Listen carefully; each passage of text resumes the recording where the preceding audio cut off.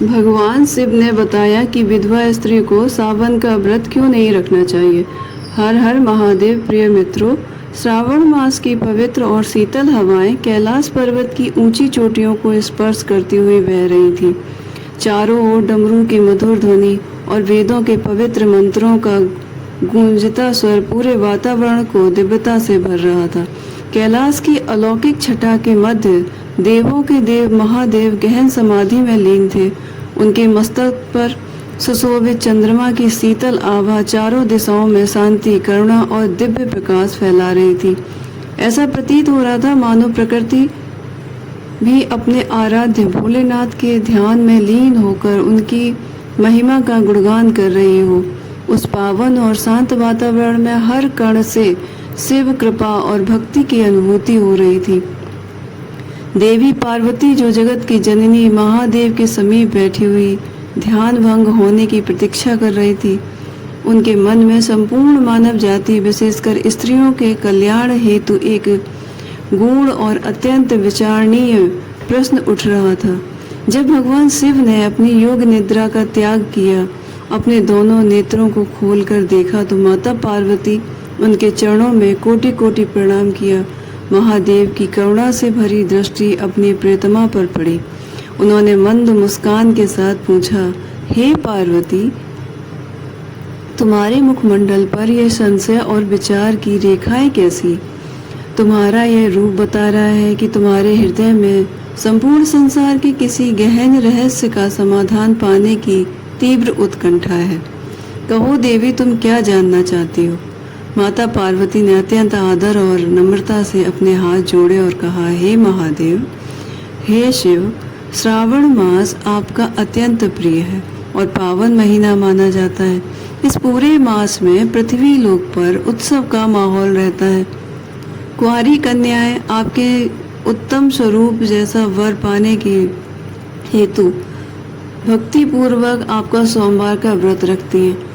विवाहित स्त्रियां अपने पति की दीर्घ आयु, सुखी गृहस्थी जीवन और अखंड सौभाग्य की प्राप्ति के लिए कठोर नियम संयम के साथ सावन सोमवार का व्रत और पूजन करती हैं। आपकी कृपा से उनका जीवन सुख और समृद्धि से भर जाता है। देवी पार्वती थोड़ा रुकी और उनके स्वर में एक गहरी वेदना उभर आई।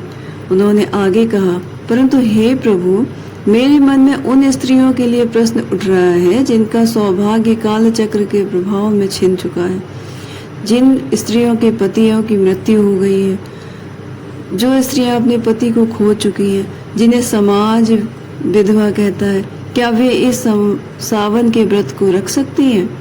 यदि वे इस व्रत को रखती हैं तो क्या उनके लिए कोई अलग नियम है या वो भी उन्हीं सामान्य नियमों के साथ सावन का व्रत कर सकती हैं? लोक परंपराओं और शास्त्रों में इनके विषय में भिन्न भिन्न तरह की कई सारी अलग अलग तरह की भ्रांतियाँ, गलतफहमियाँ फैली हुई हैं। कई स्थानों पर कहा जाता है कि विधवा स्त्री को सावन का व्रत नहीं रखना चाहिए। हे महादेव, आप ही सत्य हैं, आपको सब कुछ ज्ञात है। कृपा करके आप इस सवाल का जवाब मेरा दें और वास्तविक ज्ञान प्रदान करें। विधवा स्त्री को सावन का व्रत क्यों और किस भाव से रखना चाहिए? अगर नहीं रखना चाहिए तो उसकी क्या वजह है? भगवान शिव ने माता पार्वती की बात अत्यंत ध्यानपूर्वक सुनी। उनकी आंखों में अपार करुणा की धारा बहने लगी। उन्होंने कहा, हे उमा, हे पार्वती, तुमने अत्यंत महत्वपूर्ण और कल्याणकारी प्रश्न पूछा है। संसार के प्राणी प्राय शास्त्रों के केवल बाहरी नियमों को देखते हैं, उनके भीतर छुपे आध्यात्मिक और मनोवैज्ञानिक सत्य को नहीं समझ पाते हैं। धर्म का मर्म जो जाने बिना वो नियमों का कठोरता से पालन तो करते हैं, परंतु उनके मूल भाव से भटक जाते हैं। इस रहस्य को समझने के लिए तुम्हें पृथ्वी लोक की एक कथा सुननी होगी। उस कथा के माध्यम से हम तुमको अच्छी से समझा पाएंगे कि क्या विधवा स्त्रियां सावन के सोमवार का व्रत रख सकती हैं या नहीं रख सकती हैं।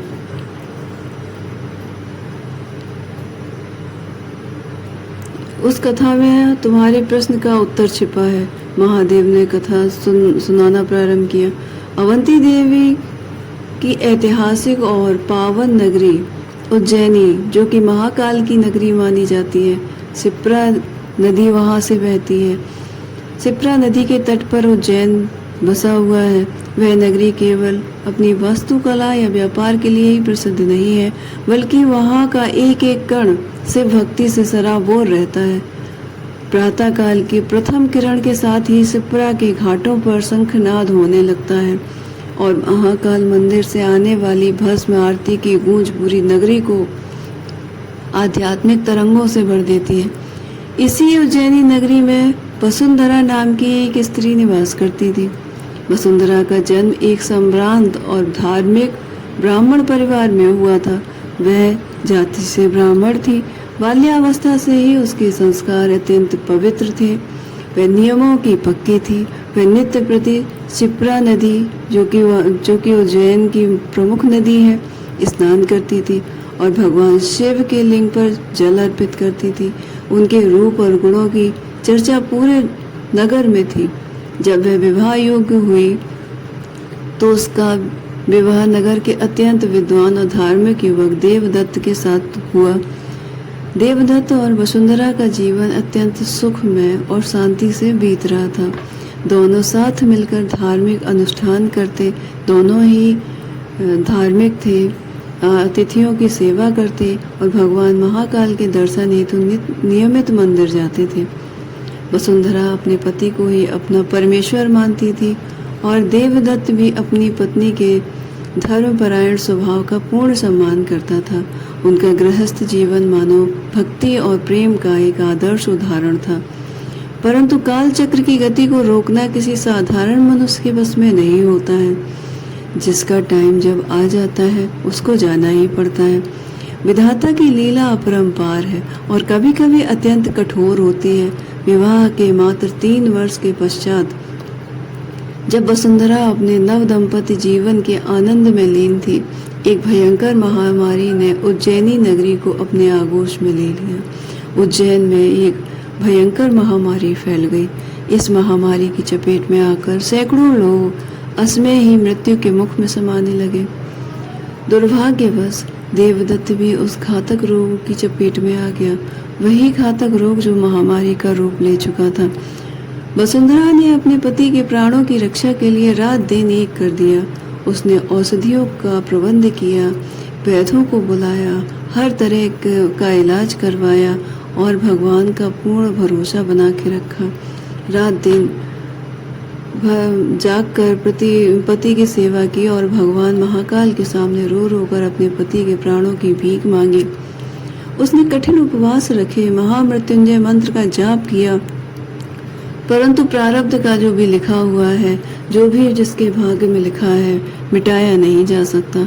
एक दिन संध्या काल में देवदत्त ने वसुंधरा की गोद में अपना सिर रखकर अंतिम सांस ले ली और मृत्यु को प्राप्त हो गया।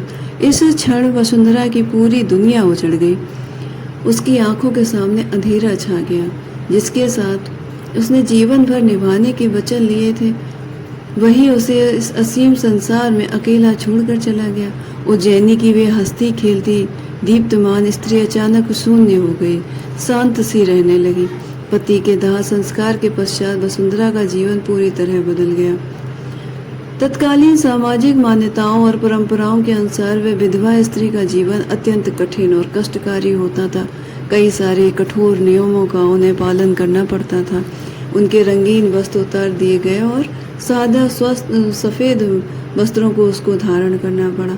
उसके हाथों की चूड़ियाँ तोड़ दी गई, माथे की बिंदी और सिंदूर पोंछ दिया गया। जिन केसों में वह सुगंधित तेल पुष्प लगाती थी, उन्हें त्याग कर उसे सादगी का जीवन अपनाना पड़ा। परंतु वस्त्र और आभूषणों के छूटने से भी बड़ा दुख उसके मन में था। जो सूनापन उसके मन में था, उसका कोई अंत नहीं था। उसके संबंधी और समाज के लोग उसके प्रति सहानुभूति तो रखते थे, परंतु साथ ही उसे एक अभागन और अशुभ दृष्टि से भी देखने लगे थे। किसी भी शुभ कार्य, विवाह या मांगलिक अनुष्ठान में उसकी उपस्थिति को वर्जित माना जाने लगा। किसी भी शुभ कार्य में उसे नहीं बुलाया जाता था। वसुंधरा ने अपने इस असीम दुख को सहन करने के लिए स्वयं को एक कमरे तक सीमित कर लिया। अब वो अपने कमरे में ही जीवन व्यतीत करने लगी। उससे बाहर निकलना उसे अनुचित लगने लगा। वह रात दिन अपने पति की स्मृतियों में खोई रहती। उसके आंसू सूखते नहीं थे, रात दिन रोती थी। एक बार भगवान शिव की प्रतिमा के सामने बैठकर वह रात भर रोती रही और उनसे प्रश्न करती रही, महादेव, मैंने बाल्यावस्था से लेकर आज तक आपकी निष्काम भाव से सेवा की है, कभी किसी का बुरा नहीं चाहा, फिर भी मेरे साथ ऐसा अन्याय क्यों हुआ? आपने मेरा सौभाग्य क्यों छीन लिया? मेरे पति को मुझसे दूर क्यों कर दिया? मेरी कौन सी ऐसी भूल थी जिसकी इतनी बड़ी सजा मिली है मुझे? समय बीतता गया परंतु वसुंधरा के हृदय का घाव नहीं भर सका।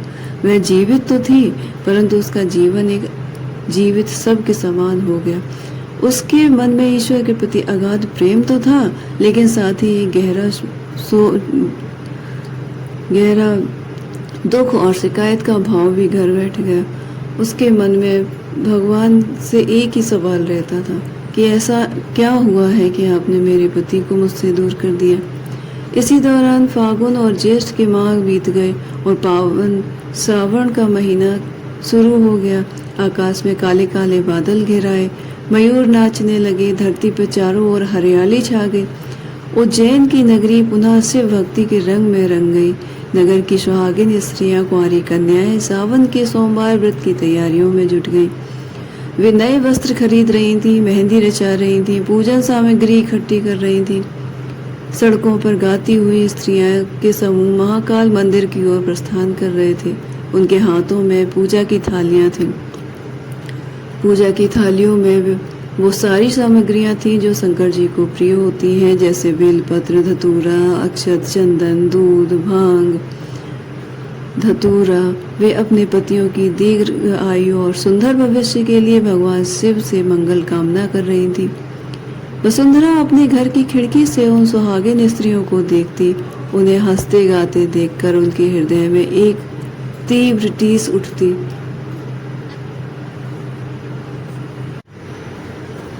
उसे अपना बीता हुआ समय याद आ जाता जब वह देवदत्त के साथ इसी प्रकार मंदिर जाती थी, सस्ती संवरती और सावन के सोमवार का व्रत बड़ी खुशी और उत्साह के साथ रखती थी। उसके मन में एक विचार आया, क्या ऐसा है? क्या भगवान शिव को मैं प्यारी नहीं हूँ? क्या मैं उनकी प्यारी भक्त नहीं हूँ? क्या विधवा हो जाने के बाद मेरा शिव पर अधिकार समाप्त हो गया है? यदि सुहागिन स्त्रियां अपने पति की रक्षा के लिए सावन का व्रत रख सकती हैं, तो क्या मैं अपने पति की आत्मा की शांति के लिए, उनकी मोक्ष प्राप्ति के लिए व्रत नहीं रख सकती? अपने उस जन्म के पापों को धोने के लिए सावन का व्रत नहीं रख सकती? यह विचार आते ही वसुंधरा के मन में सावन सोमवार का व्रत रखने की एक तीव्र इच्छा उठी। उसने निश्चय किया कि वह इस वर्ष सावन के सभी सोमवारों का अत्यंत कठोर नियम के साथ व्रत रखेगी। वह पूरे दिन भूखी रहेगी और शाम को फलाहार करेगी। परंतु वसुंधरा के इस निर्णय की भनक जब उनकी सास पड़ोस की वयोवृद्ध स्त्रियों को लगी तो उनके पास आई। उसकी सास ने भारी मन से कहा, पुत्री वसुंधरा, तुम यह क्या करने जा रही हो? सावन का व्रत तो सुहागिन स्त्रियों और कन्याओं के लिए होता है। सुहागिनें यह व्रत अपने पति की दीर्घ आयु के लिए और अपने सौभाग्य को सलामत रखने के लिए रखती हैं, कन्याएं योग्य वर पाने के लिए। परंतु तुम विधवा हो, तुम्हारे लिए यह काम में व्रत रखना शास्त्र विरुद्ध माना गया है। एक विधवा स्त्री को सावन का सकाम व्रत नहीं रखना चाहिए, इससे अनिष्ट हो सकता है।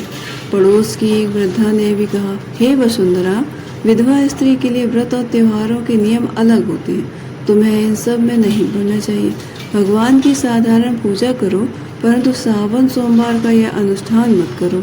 लोगों की बातें सुनकर वसुंधरा का हृदय व्रदीर्ण हो गया। बड़ा दुखी हुआ, कष्ट हुआ उसको अपने मन में ये बातें अपने ही लोगों से सुन के। उसके मन में क्रोध, दुख, निराश की एक भयंकर लहर उठी। उसने रोते हुए अपने मन में सोचा, क्या ईश्वर भी केवल सुहागिनों और कुंवारी कन्याओं के लिए है?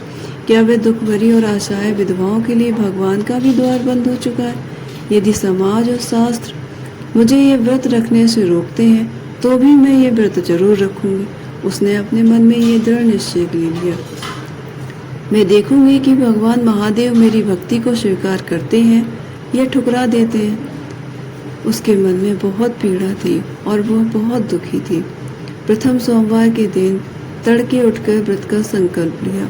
उसने नित्य कर्मों से निवृत्त होकर श्वेत वस्त्र धारण किए और अपने घर के एक छोटे से कोने में मिट्टी से शिवलिंग का निर्माण किया। परंतु वसुंधरा के इस व्रत का भाव शुद्ध और भक्ति से परे था। उसके मन में ईश्वर के प्रति शिकायत थी, उसके भाग्य के प्रति रोष था। सुहागिनों को देखकर उत्पन्न हुई हीन भावना और ईर्ष्या का एक सूक्ष्म सा विचार था। वह शिवलिंग के सामने बैठकर जल अर्पित करती, परंतु उसकी आंखों से केवल दुख के आंसू बहते। वह जप करती, परंतु उसका ध्यान अपने मृत पति और अपनी अधूरी इच्छाओं पर अटका रहता। उसने पूरा दिन बिना अन्न जल ग्रहण किए बिता दिया। संध्या काल में उसने भगवान शिव की आरती की और मन ही मन कहा, हे महादेव, यदि आप सचमुच दयालु हैं तो मुझे इस जीवन से मुक्ति क्यों नहीं दे देते। आपने मेरा सब कुछ छीन लिया। अब उस कठोर व्रत के फल स्वरूप मुझे मेरा खोया हुआ सुख लौटा दीजिए या फिर मुझे अपने पास बुला लीजिए। उसका यह व्रत केवल शरीर को कष्ट देने का साधन बन गया था। उसके मन में न तो शांति थी, ना ही भगवान शिव के प्रति कोई आध्यात्मिक समर्पण था। वह तो केवल अपनी पीड़ा को ईश्वर के सामने प्रकट करने और समाज के नियमों के विरुद्ध हट पूर्वक अपनी भक्ति सिद्ध करने का प्रयास कर रही थी। इस प्रकार प्रथम सोमवार तो बीत गया। वसुंधरा ने निर्जल रहकर व्रत तो पूर्ण कर लिया, परंतु व्रत के पश्चात भी उसके मन का संताप कम नहीं हुआ। उसकी आत्मा में शांति का स्थान पर अधिक अशांति और घबराहट बढ़ गई। वह समझ नहीं पा रही थी कि जिस व्रत को करने से अन्य स्त्रियों को परम सुख और आनंद की प्राप्ति होती है, उनका मन खुशी के साथ भर जाता है, उसी व्रत को करने के पश्चात उसका मन इतना अशांत और विचलित क्यों है। कैलाश पर्वत पर बैठे भगवान शिव और पार्वती को यह कथा सुना रहे थे कि माता पार्वती ने कथा के इस मोड़ पर रोते हुए पूछा, हे प्रभु, वसुंधरा को आपकी अनन्य भक्ति थी। उसने इतनी निष्ठा और कठोरता से सावन का व्रत रखा, फिर भी उसका मन अशांत क्यों रहा? और समाज के लोग क्यों कहते हैं कि विधवा स्त्री को सावन का व्रत नहीं करना चाहिए?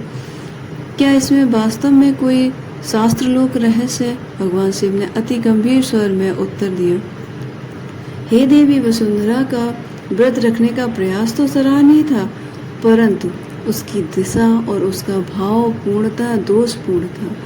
यही वह रहस्य है जिसे मनुष्य जाति नहीं समझ पाते। सावन का व्रत केवल शरीर को भूखा रखने का नाम नहीं है। सावन का व्रत मूलतः काम में व्रत की श्रेणी में आता है। जब उसे सुहागिनों द्वारा किया जाता है, सुहागिन स्त्रियां सांसारिक सुख, संतान और पति की दीर्घायु की कामना काम्य भाव से यह व्रत करती हैं। शिव जी ने आगे समझाते हुए कहा, परंतु जब किसी स्त्री का पति इस संसार से चला जाता है तो कुदरत और का कालचक्र उसे एक भिन्न मार्ग पर लाकर खड़ा कर देता है। विधवा होने का अर्थ यह नहीं है कि वह स्त्री अपवित्र या अशुभ हो गई है। उसका वास्तविक आध्यात्मिक अर्थ यह है कि उसका गृहस्थ जीवन का चक्र अब समाप्त हो चुका है। अब उसका जीवन सांसारिक भोगों से हटकर वैराग्य और मोक्ष के मार्ग पर अग्रसर होने के लिए निर्मित हुआ है। महादेव बोले, जब एक विधवा स्त्री सुहागिनों के देखेगी और सांसारिक सुखों की पुनरावृत्ति की कामना से या अपने बीते हुए सौभाग्य को याद करके रोते हुए और समाज के प्रति हट भाव रखकर सावन का सकाम व्रत रखती है, तो यह व्रत उसके आध्यात्मिक विकास और सहायता करने के बजाय उसे पुनः सांसारिक मोह माया दुख ईर्षा के दलदल में गंदगी में धकेल देता है। यही कारण है कि ऋषि मुनियों ने और स्त्रियों को सकाम सावन का व्रत नहीं रखना चाहिए ऐसा कहा है। तो क्या हे माता, पार्वती ने अत्यंत भावुक होकर पूछा, क्या एक विधवा स्त्री कभी सावन मास में आपकी कृपा पात्र नहीं बन सकती? क्या उसके लिए आपकी भक्ति के सारे मार्ग सदा के लिए बंद हो जाते हैं?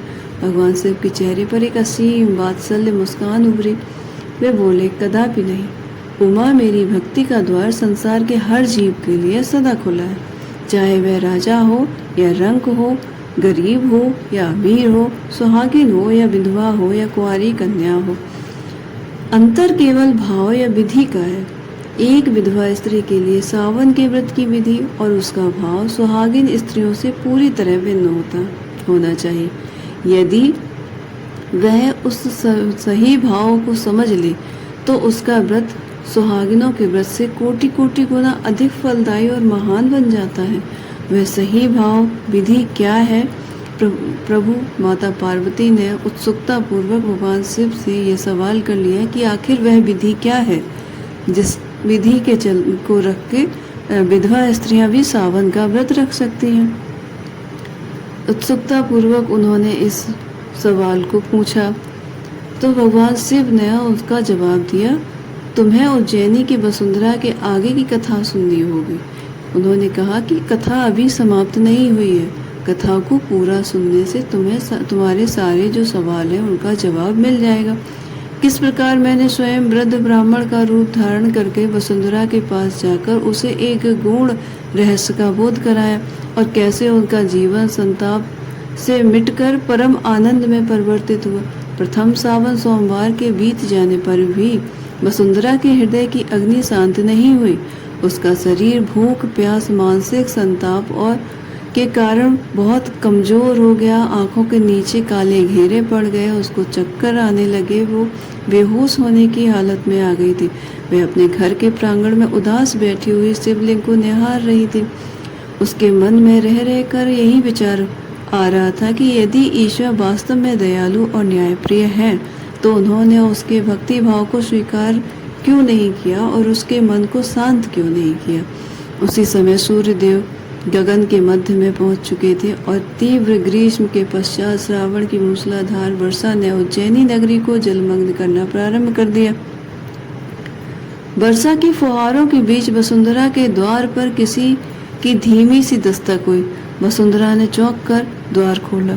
सामने एक अति वृद्ध इंसान खड़ा हुआ था। उसके शरीर पर साधारण से सफेद वस्त्र थे, मस्तक पर भस्म का त्रिपुंड अंकित था, गले में रुद्राक्ष की माला टंगी हुई थी। उसके गालों में, उसके हाथों में एक काष्ठ की लाठी का और एक कमंडल था। उसके स्वरूप अत्यंत दिव्य और तेजोमय था, मानो स्वयं साक्षात ज्ञान ही मानव रूप धारण करके यहाँ खड़ा हो गया हो। वृद्ध ब्राह्मण ने अत्यंत सौम्य और करुणा भरे स्वर से कहा, हे पुत्री, एक मार्गदर्शक यात्री हूँ, बहुत दूर से आया हूँ। इस श्रावण मास में महाकाल के दर्शन हेतु उज्जैन आया था। वर्षा अत्यंत तीव्र हो गई थी और मुझे असीम प्यास लगी हुई थी। क्या मुझे तुम्हारे द्वार पर थोड़ा विश्राम और पीने के लिए थोड़ा सा ठंडा पानी मिल सकता है? वसुंधरा ने अत्यंत आदर पूर्वक उन ब्राह्मण को अपने घर के भीतर बुलाया। उन्हें एक स्वच्छ आसन पर बिठाया, उनके चरण धोए, पीने के लिए तांबे के पात्र में और जल प्रस्तुत किया। वसुंधरा के इस आतिथ्य सत्कार से वृद्ध अत्यंत प्रसन्न दिखाई दिए। जल ग्रहण करने के बाद उन्होंने वसुंधरा के अत्यंत कांतिहीन, उदास और दुखी मुखमंडल को देखा। ब्राह्मण ने गंभीर स्वर से पूछा, हे पुत्री, तुम्हारे संस्कार और भक्ति भाव को देखकर मुझे बहुत खुशी हुई, परंतु तुम्हारा चेहरा इतना उदास क्यों है? हृदय में छुपी असीम वेदना का क्या कारण है? तुम इतनी व्यथित और पीड़ित क्यों दिख रही हो? क्या तुमने भगवान महाकाल की भक्ति में कोई संशय रखा है? वसुंधरा के नेत्रों से आंसू बहने लगे। उसने अपने दोनों हाथ जोड़कर रोते हुए कहा, हे श्रेष्ठ, मेरी व्यथा अत्यंत गहरी है। अल्पायु में ही मेरा सौभाग्य छिन गया। मेरे पति मुझे छोड़कर परलोक सिधार गए। मैंने बाल्यावस्था से ही भगवान शिव की भक्ति की थी, परंतु प्रभु ने मुझे इस भयंकर दुख के सागर में धकेल दिया। इस सावन मास में जब नगर की समस्त सुहागिन स्त्रियां अपने पतियों के लिए सावन के सोमवार का व्रत रख रही हैं, खुशियां मना रही हैं, तब भी मैंने कठोर नियम और निर्जल उपवास रखकर सावन सोमवार का व्रत किया, परंतु इस व्रत के पश्चात भी मेरे मन को शांति नहीं मिली। मेरा मन और अधिक अशांत, दुखी और निराश हो गया। क्या समाज के लोग सही कहते हैं कि विधवा स्त्रियों को सावन का व्रत नहीं रखना चाहिए? क्या ईश्वर के दरबार में मेरी जैसी विधवा स्त्रियों के लिए कोई जगह नहीं है? वृद्ध ब्राह्मण ने वसुंधरा की पूरी व्यथा को सुना, उसके दुख को सुना। उसके चेहरे की हल्की सी मुस्कान उभरी, उसमें असीम वात्सल्य और करुणा का भाव छुपा था। उन्होंने लाठी को एक ओर रखा, अत्यंत शांत स्वर से बोलना प्रारंभ किया, हे पुत्री वसुंधरा, समाज जो कहता है वह केवल परंपराओं की ऊपरी परत को देखकर कहता है, उसको पूर्ण ज्ञान नहीं होता है। परंतु तुम जो कर रही हो वह भी धर्म और भक्ति के मूल सिद्धांत से अलग है, के विरुद्ध भी है। तुमने व्रत तो रखा, शरीर को कष्ट तो दिया, भोजन और जल का त्याग भी किया, परंतु तुमने अपने मन के भावों को शुद्ध नहीं किया। यही तुम्हारे दुख और अशांति का मूल कारण है। वसुंधरा ने आश्चर्यचकित होकर पूछा, हे ब्राह्मण, मेरे भाव में क्या दोष था? मैंने तो अत्यंत निष्ठा से भगवान शिव का पूजन किया, उनके सामने अपने दुखों को प्रकट किया। वृद्ध ब्राह्मण ने समझाते हुए कहा, हे पुत्री, ध्यान पूर्वक सुनो। संसार में व्रत दो प्रकार के होते हैं, प्रथम सकाम व्रत और द्वितीय निष्काम व्रत। सकाम व्रत वह होता है जो किसी भौतिक इच्छा, सांसारिक सुख और धन संतान या सुहागिन कामना से किया जाता है। जब कोई सुहागिन स्त्री द्वितीय निष्काम व्रत होता है। सकाम व्रत वह होता है जो किसी भौतिक इच्छा, सांसारिक सुख, धन, संतान और सुहाग की कामना के लिए किया जाता है। जब कोई सुहागिन स्त्री या कन्या सावन का सोमवार व्रत रखती है तो उसका भाव सकाम हो जाता है। वह अपने पति की दीर्घ आयु और उनकी सकाम व्रत वह होता है जो किसी भौतिक इच्छा, सांसारिक सुख, धन, संतान या सुहाग की कामना से किया जाता है। जब कोई सुहागिन स्त्री या कन्या सावन का सोमवार का व्रत रखती है तो उसका भाव सकाम होता है। वह अपने पति की दीर्घायु या उत्तम वर की कामना करती है। यह उसका गृहस्थ धर्म है और उसके लिए यह कामना भाव उचित है। वृद्ध ब्राह्मण थोड़ा ठहरे और उन्होंने वसुंधरा की आंखों में आंखें डालकर कहा, परंतु जब विधवा के विधान से किसी स्त्री या गृहस्थ जीवन समाप्त हो जाता है, एक विधवा स्त्री का जीवन गृहस्थ से मुक्त होकर स्वतः ही संन्यास और वैराग्य के मार्ग की ओर चला जाता है। संन्यास का अर्थ गृह त्यागना नहीं, बल्कि मन से सांसारिक वासनाओं और मोह माया का त्याग करना होता है। यदि ऐसी स्थिति में कोई विधवा स्त्री सुहागिनों की देखा देखी सांसारिक सुखों की पुनरावृत्ति की कामना से सावन का व्रत रखती है तो वह व्रत के दौरान अपने बीते हुए दुखों को याद करके रोती है या ईश्वर से यह शिकायत करती है कि उसका सुहाग क्यों छिन गया, तो उसका यह व्रत सकाम हो जाता है। एक सन्यासी या विधवा स्त्री के लिए सकाम व्रत करना शास्त्र विरुद्ध और आध्यात्मिक पतन का कारण माना गया है। जब तुम अतीत के सुखों की लालसा रखोगी और वर्तमान की स्थिति से घृणा करोगी तो तुम्हारा मन अशांत ही रहेगा, कभी शांत हो ही नहीं सकता। वसुंधरा वृद्ध ब्राह्मण के इन वचनों को सुनकर स्तब्ध रह गई, शांत सी रह गई। उसके हृदय के भीतर जैसे ज्ञान की एक नई किरण फूटी हो। उसने अत्यंत उत्सुकता से पूछा, हे ज्ञान वृद्ध ऋषिवर, यदि सकाम व्रत विधवा स्त्री के लिए अनुचित है तो फिर विधवा स्त्री को सावन मास में ईश्वर की आराधना किस प्रकार करनी चाहिए? क्या उसके लिए सावन का व्रत सदा के लिए वर्जित है? वृद्ध ब्राह्मण ने करुणा पूर्वक मुस्कुराते हुए उत्तर दिया, नहीं पुत्री, विधवा स्त्री के लिए सावन का व्रत वर्जित नहीं है, बल्कि उसके तो सावन का व्रत सुहागिनों से भी अधिक फलदायी और पवित्र बन जाता है यदि वह उसे निष्काम भाव से करे। निष्काम भाव का अर्थ होता है देव। वसुंधरा ने पूछा।